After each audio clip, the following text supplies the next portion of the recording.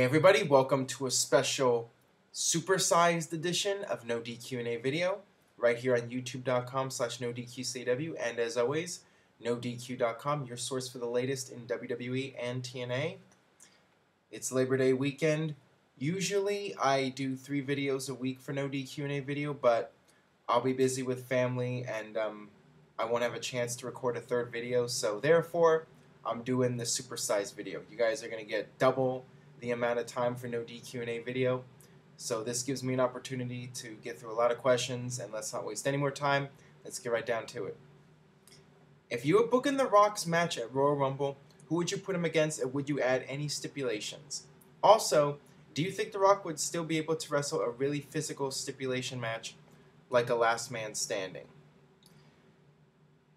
I think that the logical way to go is to put The Rock in there with CM Punk. CM Punk turned on The Rock at Raw 1000.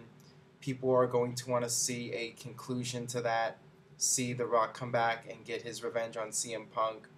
The Rock's going into the Royal Rumble challenging the WWE Champion. It makes sense for it to be CM Punk. That's what I would do. As far as a stipulation goes, it is completely unnecessary. People are going to buy the Royal Rumble just to see The Rock get in the ring.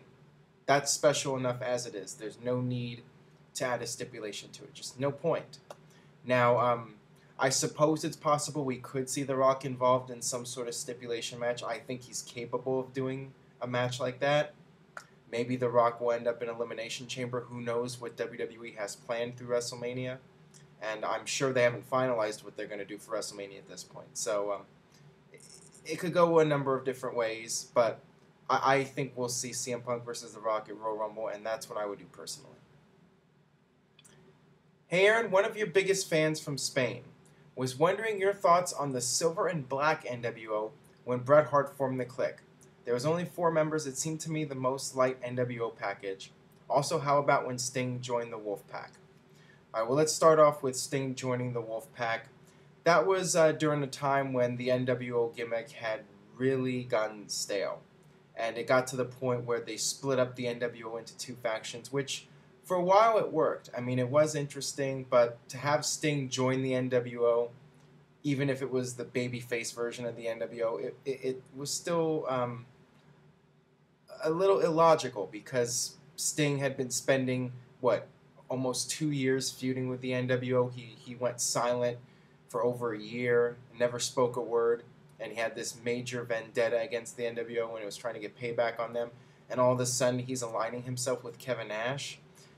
Just didn't make much sense, but then again, not a whole lot in WCW made sense during that period, but it was something entertaining, and it did change things up a little bit and made Sting a little bit more interesting. He was able to be more animated again, and I mean, it was fine for what it was, but it did show that the WCW was really starting to run out of ideas, and they were just grasping for straws and throwing things at the wall, hoping something would stick.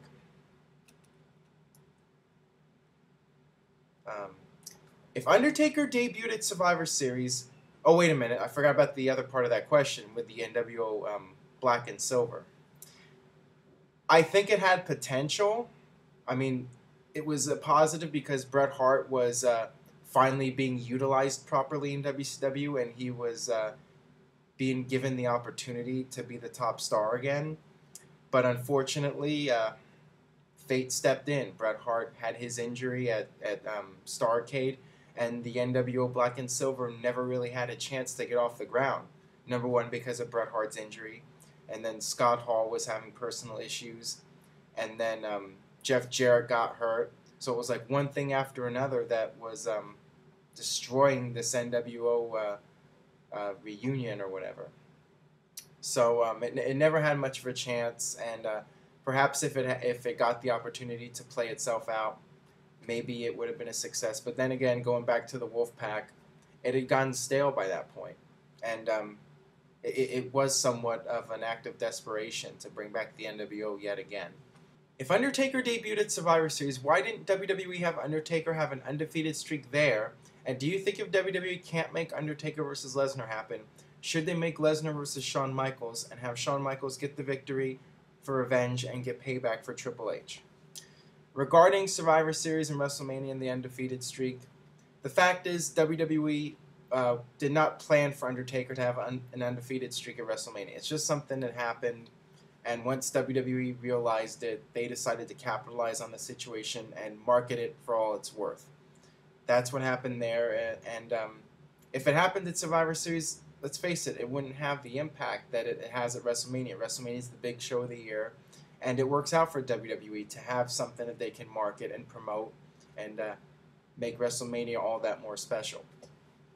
And as far as Brock Lesnar versus Shawn Michaels goes, I think it's highly unlikely. I think Shawn Michaels is not interested in returning to wrestling, and based on the rumors going around right now, if any match happens other than Brock versus Undertaker, it'll be Brock versus Triple H, with Triple H coming back and trying to get payback on Brock Lesnar.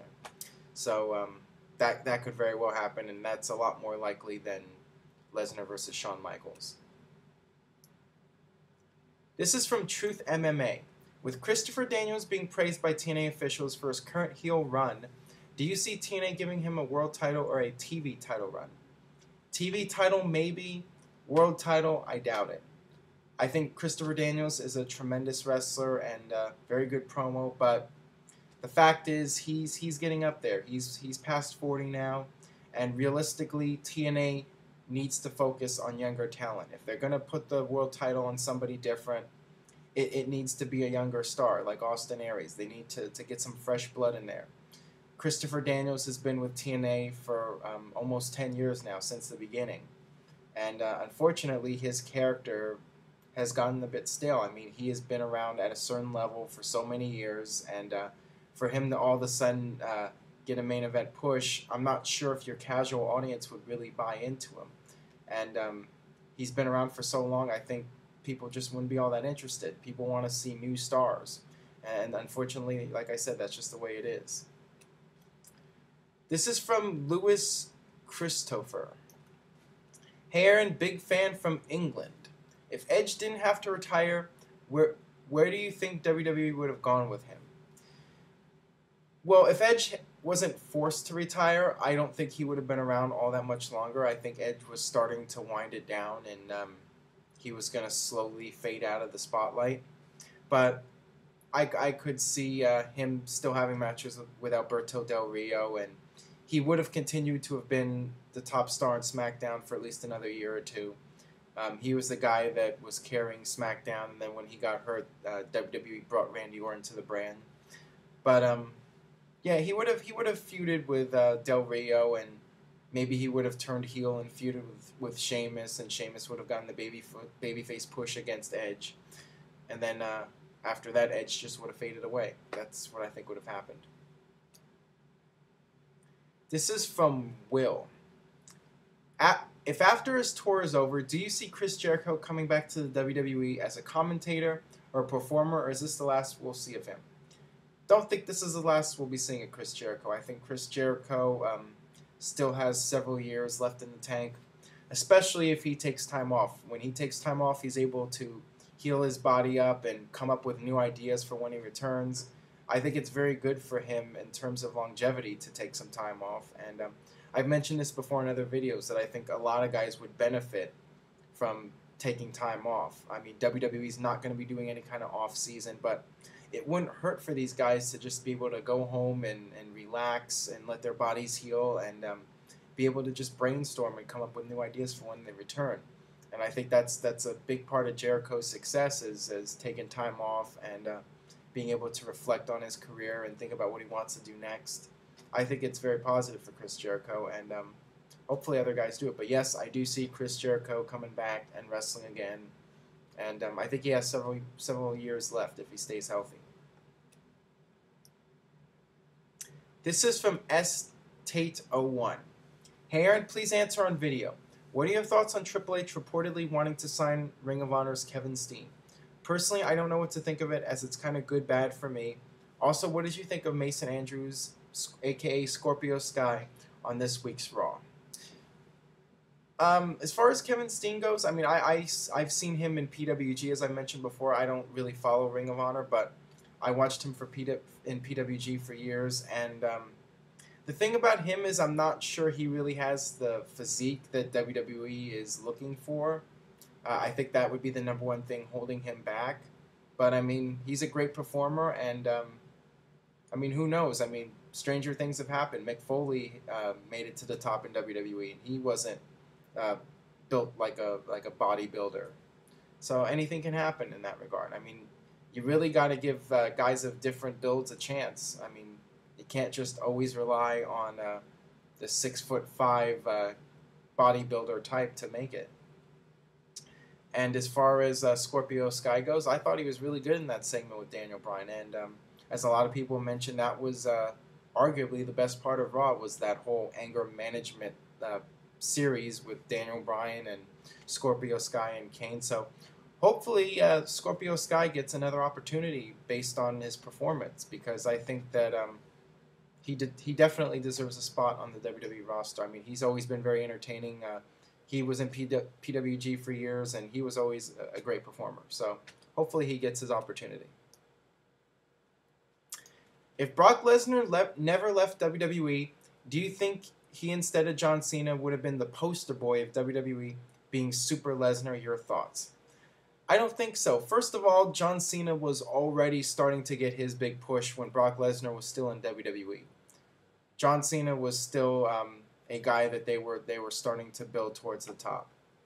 And as far as Brock Lesnar being the poster boy, the top babyface, the Hulk Hogan-like babyface, he was actually a heel for most of his WWE run. They turned him babyface. He had the match with Kurt Angle WrestleMania, but he was more effective as being a monster heel. That was what Brock Lesnar was best at doing. And no, I don't think he would have been pushed as the poster boy. This one is from Machismos. Hey Aaron, do you think forming a faction of CM Punk, Seth Rollins, and Chris Hero would be a good idea? And what do you think would be the best way to book this storyline? I would not mind seeing CM Punk having his own faction again. And it's been a long time since WWE has really had a strong faction. I mean, ever since Nexus faded out, there hasn't really been a dominant faction in WWE. So I wouldn't mind seeing it, and I think it would be a good way to introduce some new characters and have CM Punk take them under his wing. Just like Evolution, do something similar to that. But putting all those guys into a faction just because they're all Ring of Honor stars at one point, don't really see the need in that. I mean, most WWE fans don't know what Ring of Honor is, so just bringing those guys all together, it accomplishes nothing. But definitely good idea to bring in some new talent, whether they're from Ring of Honor or not. Just bringing in new talent to have work with CM Punk and get the rub off CM Punk, I see that as a big positive. This is from Joe. Hey Aaron, do you ever answer questions that we post on YouTube? Also on Raw 1000, Cole mentioned WWE title was only defended 53 times. Don't you feel that number is incredibly low for 1000 Raw shows? As for your first question, no. I only answer questions on FormSpring. So if you got a question, formspring.me/AaronRift. That's where the one and only place to submit questions. Just easier for me that way to just go to one place and answer questions. As far as the second question goes, I don't think it's low at all. I think that that's a good amount, and you don't want to defend the title on Raw all the time. When you have the WWE title defended on free TV all the time, I think it waters it down a little bit. I think putting WWE title matches on pay-per-view makes the title more special and more important. And it's still a way that you can utilize the title as a drawing tool and get people interested in buying your pay-per-views. And I'm willing to bet that at least half of those 53 times were during the Vince Russo period, 1998, 1999. Just a thought right there. Long-time viewer, but here's my first question. When Vince dies, how do you think it will play out on screen? Will we have a one-episode tribute show a la Eddie and Chris Benoit, in parentheses, who? Or will it go on for weeks? I don't think it'll go on for weeks. I think that Vince's mentality is that the show must go on. I think that when Vince dies, WWE will take a week to remember Vince. They'll do something on Raw. They'll do something on SmackDown. Perhaps they'll release a special DVD about Vince, and he'll probably go into the Hall of Fame or something like that. But beyond that, I think the week after, it'll be back to business as usual, and I think that's the way Vince would want it.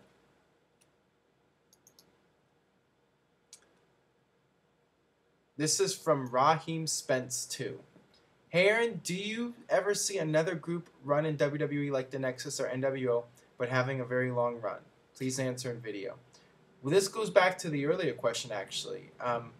I think that there will be another faction at some point. It's just a matter of time before it happens again. And hopefully, if there's another faction that gets pushed in WWE, it'll be something revolved around CM Punk and maybe some of the new talent that's coming in. That's something I would like to see, and hopefully, if it happens, the faction does get a long run, because Nexus was too short, and the thing is, if you're going to push a new faction, you need to make them dominant and let them stay dominant for a while. I mean, you don't want to go too long. I mean, it's two extremes. With Nexus, they weren't pushed hard enough. With NWO, they were pushed really strong, and it worked great for a long period, but it just ran its course, and it went on for too long, and there was too many people in the group. So if you have a group of a few people, CM Punk and 2 or 3 other guys, let them be dominant for six months to a year. I think that would be a big success in WWE. Hey Aaron, love the show from Jamaica. 2 questions. What was your favorite WrestleMania match, and what was your favorite WrestleMania in general? My favorite WrestleMania match, no doubt, would have to be Steve Austin versus Bret Hart from WrestleMania 13. To me, that was one of the most important matches in WWE history, and I see that match as the real birth of the Attitude Era. And I don't think you could have told that story any better. You had Bret Hart go from a baby face to a heel. You had Steve Austin go from a heel to a babyface. You switched roles, and it was just done to perfection, in my opinion. And the match just told an incredible story, and extremely entertaining. And from a historical standpoint, it was critical to WWE history. So, to me, that's a perfect match right there. And my favorite WrestleMania, well, I would say 21 because I was there, but that's being biased. I would have to say 19, actually. I think 19 was a really great WrestleMania. I never understood why the pay-per-view buy rate was down for that WrestleMania, because going into that WrestleMania, I was really excited because you had something for everybody. You had Kurt Angle versus Brock Lesnar. You had Vince McMahon versus Hulk Hogan. You had Steve Austin versus The Rock again. You had Chris Jericho versus Shawn Michaels. Just top to bottom, it was a tremendous WrestleMania card. It was a card that was really fitting for WrestleMania, and it really felt like a big show. The only thing I would have done differently was given The Undertaker a better match and a better opponent to challenge the streak. But beyond that, I mean, that WrestleMania was as close to flawless as possible, in my opinion. And I'd have to say 17 up until the end of the show. 17 was really good. All right, this last question here is from Chaos Theory Jack. Hey Aaron, love the show. Do you think TNA should turn AJ Styles heel and have him do I'm a best in the world gimmick? His character, in my opinion, has become very boring and plain. Please answer in video. The problem is that TNA has already tried twice to turn AJ Styles heel, and neither time it really worked out. The first time he was paired up with Christian Cage as part of that storyline and that faction. Now, to be fair, they pushed AJ Styles like a sidekick and a comedy figure, so it never really had that much potential to go very far. The second time around, he was the world champion, so it was a different story. But the problem there was that they tried to make him Ric Flair, and that was a mistake. You cannot create another Ric Flair. And by having him copy Ric Flair, all it did was make him come off as second rate. Now, the thing about AJ Styles is that everybody knows the real AJ Styles, that he's a good family man, he's a Christian, all that jazz. And for him to turn heel, it's just not very believable, and it goes against his real life personality. And if AJ Styles was better on the mic, I mean, he's decent, but he's nothing special when it comes to promos. So it's really difficult for him to be able to change his personality around and do a complete 180. I just don't see him with that ability. And he's a guy that does a lot of flashy moves. I mean, it's hard to be a heel and do all the flashy moves because people are just going to cheer you. You have to completely change your style of wrestling around. So it goes against what AJ Styles is. He's best off being a babyface. That's what works best for him. And I just don't see them turning him heel again. I just don't think there would be a good point in doing that. That will do it for this special supersized edition of No DQ&A video. Hope you guys enjoyed the video and have stuck around for the whole thing. Make sure you subscribe. YouTube.com/NoDQ&AV. Tell a friend on Facebook or Twitter or any other social media site. And stay tuned to NoDQ.com for the very latest. And I will see you next week for more No DQ&A video.